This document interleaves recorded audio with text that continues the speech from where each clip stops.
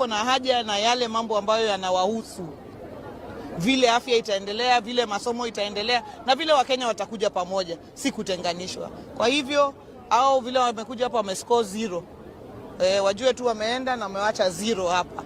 Homa Bay Governor GLADYS WANGA has thrown a direct counter proposal into the raging battle for ODM's future, declaring at the party youth convention in Malindi on Sunday that the party must demand the deputy president's slot for former Mombasa Governor Hassan Joho in any 2027 political deal with President William Ruto's camp. Speaking on the very same day, the Linda Mwananchi faction launched a breakaway bid and rejected any cooperation with the government. Wanga laid out a sharp different path, one rooted in hard-nosed negotiation and equal power sharing rather than outright rejection. Our intervention was not a random suggestion. It was a calculated response to the dramatic events unfolding hours earlier in Kisumu, where Siaya Governor James Orengo had named himself acting party leader, declared that Linda Mwananchi faction would field its own presidential candidate and rule out any working relationship with the Kenya Kwanza administration. While Orengo was rallying crowd on one side of the country with a message of defiance and separation, Wanga was addressing the ODM youth at the coast with a message of engagement on ODM on terms. The timing made it clear that the battle for the party's soul is now being fought in open, with rival camps offering two irreconcilable roadmaps to 2027. At the center of Wanga's speech was a demand that any coalition talks must be conducted as equal partners, with everything placed on the table and shared on 50-50 basis. If the other side holds the presidency, she argued, then ODM must claim the deputy presidency. And she did not leave the matter vague. She pointed directly to Hassan Joho as the right person for that slot, asking the crowd whether Joe was good enough to carry the party's banner in such an engagement. By naming a specific candidate for a specific position, Wanga moved the internal succession debate from abstract argument to a concrete political bargaining, forcing the party to confront the question of who it trusts to sit at the higher table. Wanga also made it plain that ODM would enter any talks looking weak. The party would not walk in quietly like begging people, she insisted, but would negotiate firmly for cabinet slots and other key positions once the deputy presidency's seat was secured. This framing was a sharp counter-narrative to the Linda Mwananchi charge that the party establishment has been selling out to State House.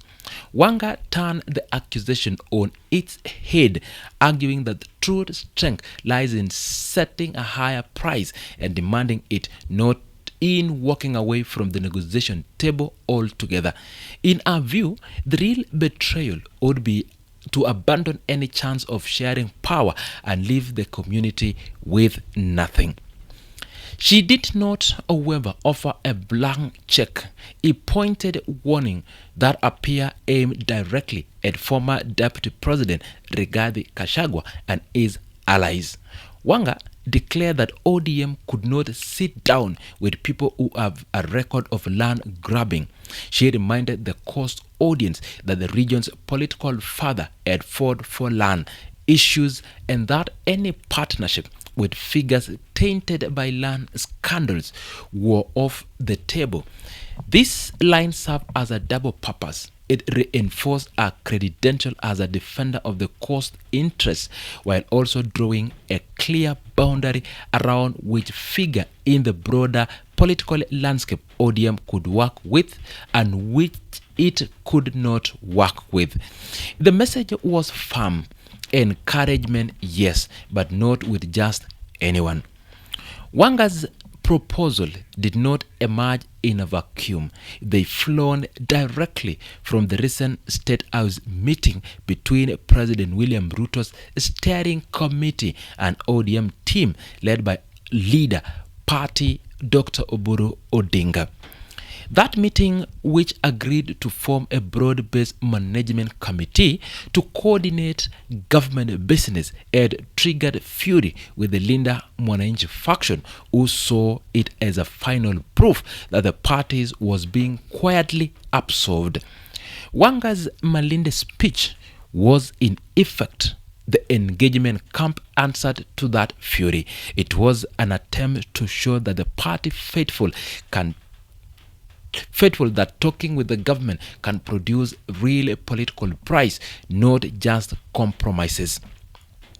The wider development driving all this is the all-out succession war inside ODM as 2027 election draw closer. With Raila Odinga no longer at the helm, the party has split into camps that no view each other as rival for the soul of the movement. The Linda Mwananchi faction with Orengo, Sifuna and Babu Owino have chosen open rebellion and clear break from any government ties. On the opposite sides, the figures around Oburu Odinga and now GLADYS WANGA are pursuing a strategy of structured partnership, demanding high stake rather than refusing to play. Wanga's naming of Joe as the deputy president pick is the clearest signal yet that this second camp is not just negotiating in secret, but is now ready to campaign publicly for its preferred deal.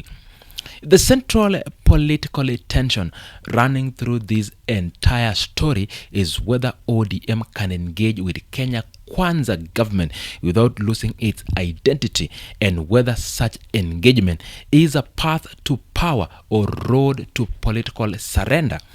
Wanga's counter proposal in Malindi has sharpened that tension to a fine point by offering a specific name, a specific position and a clear 50-50 formula. She has given the partnership camp something tangible to sell to the supporters. But in doing so, she has also drawn an unmistakable line between those who want a seat at the table and those who rather overturn the table entirely. As the countdown to 2027 continues, ODM fate may be well decided not by shout the loudest, but by who convince the party faithfuls that their way leads to real power, not just empty contest.